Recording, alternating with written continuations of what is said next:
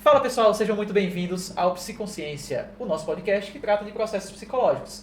Nós, estudantes do curso de Psicologia, estamos aqui hoje para tratar de um ponto da consciência, onde entendemos como consciência como sendo o estar ciente da própria existência, dos pensamentos e sentimentos. E dentro disso, hoje, vamos falar sobre a esquizofrenia, né? Um ponto muito polêmico, cheio de dúvidas. E aí hoje aqui temos à mesa Sueli, né, que é estudante de psicologia também, como eu falei no início, né, ela se debruça sobre esse tema, juntamente com a Girlane, e a nossa entrevistada de hoje, que é a Daniela, tá bom?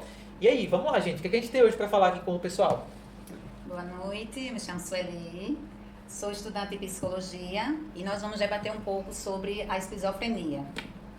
A esquizofrenia, de acordo com o autor Paulo Belgarrando, tem alguns sintomas que ele diz que trata-se de alucinações, delírios, pensamentos desorganizados, comportamentos claramente bizarros. Ou seja, Daniela,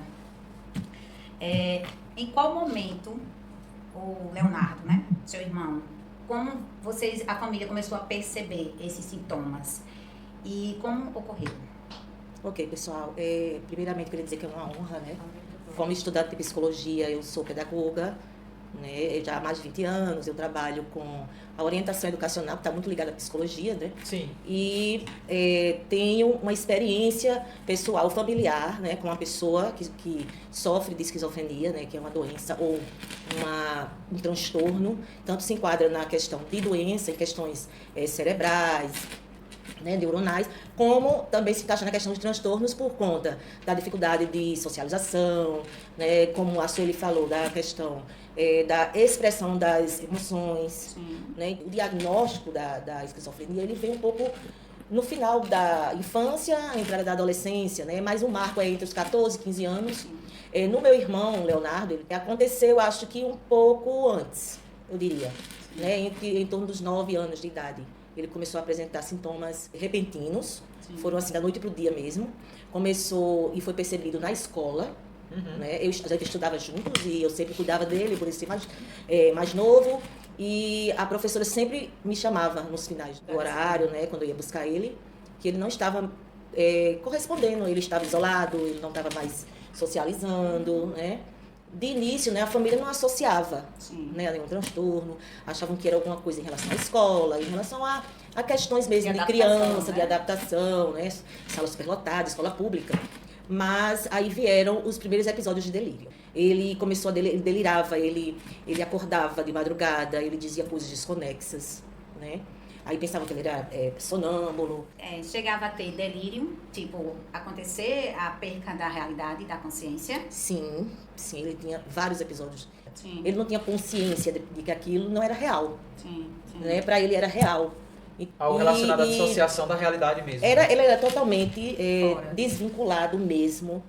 Justamente, né? A perca da realidade, da consciência, quando acontece a dissociação, é uma das características mais precisas da esquizofrenia, né? E assim, Daniela, relacionado ao início do tratamento, como vocês fizeram a intervenção, o tratamento? Levando em consideração que isso foi há bastante tempo, a gente não tinha esse respaldo que a gente tem hoje. Verdade. Né? Nem existia uma política de inclusão ainda formada. Associou-se a vários outros fatores.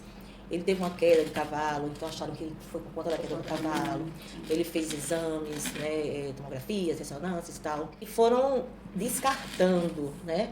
Porque a esquizofrenia, ela vem, caminhando. Os sintomas vêm agravando, né, quando não tem o tratamento, até descobrir. O diagnóstico dele veio, acho que com uns 12 anos. De 11 para 12 anos. Como é que você vê, a família enxerga essa melhora, esse acompanhamento, a reabilitação social com a psicoterapia? A sua importância, o que você acha sobre esse acompanhamento? Tentamos colocá-lo novamente na escola, né? Mas é como se ele tivesse parado naquele estágio e ele não avança, né? Que é outra característica da esquizofrenia.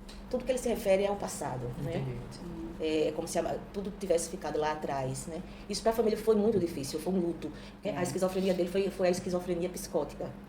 Então, é uma das mais comuns.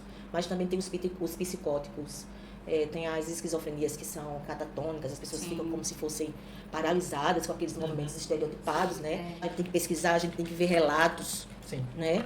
E Então- assim, e tem os graus, né? Tem os graus mais graves, mais leves. Inclusive, moderado. eu assisti um documentário que disse que tem muitas pessoas esquizofrênicas que vivem no seu dia a dia com sintomas que quase não reaparecem. Como você é da área de educação, né? Como é que você vê assim, o comparativo de como foi para o seu irmão voltar à escola e hoje como é que você já da escola recebe essas pessoas, essas crianças ou esses adolescentes com esse tipo de... Nós temos uma política, sim, de inclusão. Hoje, a pessoa com esquizofrenia, ela é recebida. Na época de Leonardo, não existia. Ele teve que realmente sair da escola. Minha mãe lutou muito. A própria FUNAD não aceitava os laudos para fazer tratamentos multidisciplinares Sim. com pacientes com esquizofrenia. E agora existe essa inclusão na escola, mas a gente sabe que ainda é muito difícil. Precisamos de profissionais, né? De psicólogos, de assistentes sociais, ou seja, de uma equipe multidisciplinar. Quais as estratégias assim, terapêuticas, né, que podem auxiliar na melhoria da consciência da doença, como no caso a psicoeducação, né, terapias cognitivas ou intervenções familiares? Na esquizofrenia, a consciência ela é afetada. Então, tudo que ele faz, todo o tratamento que ele faz, ele não tem essa consciência que é para melhorar. Não, ele está indo no CAPS porque lá é um lugar atrativo, lá ele tem amigos. Acho que a gente tem algumas imagens aqui, né? Isso. Deixa eu ver se eu Só consigo. passar aqui. Você vê que é um grupo, né? São várias pessoas que interagem nesse mesmo meio aí para, né, essa interação, né, Dani? Isso, ele está aí ao centro. Ó. Eu acho que é muito interessante. Esse CAPS, ele faz essa reabilitação também junto à família. Porque, como eu disse, a família sofre, Sim. né? Sim. Sofre de ver aquela pessoa tão fora da A realidade, realidade. né? Não se reconhecendo. E precisa também, porque é pesado o tratamento com eles, precisam. E que bom que a gente tem o CAPS, né? O apoio. E a gente está percebendo, porque é pouco falado, na realidade, né? Se fala muito pouco sobre qualquer tipo de transtornos, principalmente na parte de esquizofrenia, né? Que como é que o CAPS, ele trabalha, né? Porque a gente imaginava que era só a terapia individual, não. Mas aí, além de ser coletiva com os pacientes, ainda existe o apoio da família, que é muito importante, né? Porque a Exatamente. família precisa desse apoio. Houve uma lei, né, uma lei antimanicomial em 2001, né, para que houvesse que foi um marco, né, o fim dos hospícios. Leonardo passou por vários hospícios. Eu conheci todos os manicômios da Grande João Pessoa. Né, eu passei por todos, porque como minha mãe trabalhava e sobrava para os irmãos irem fazer as visitas. E o que uma coisa boa do CAPS é que eles não se sentem presos, eles são livres. E as portas são abertas.